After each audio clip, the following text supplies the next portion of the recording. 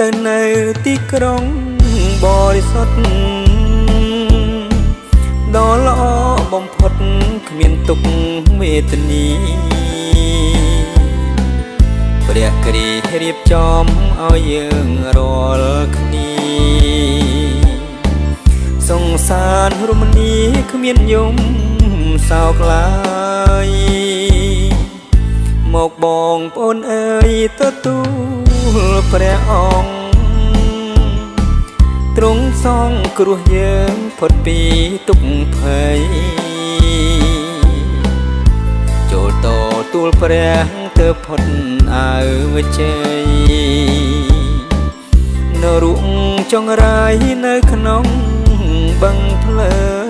ងយើងទទួលព្រះមានជីវិតពិតព្រះគ្រីស្ទអាណិតព្រោះស្រឡាញ់យើងចូលមកគ្រប់គ្នាយើងលើកដំកើង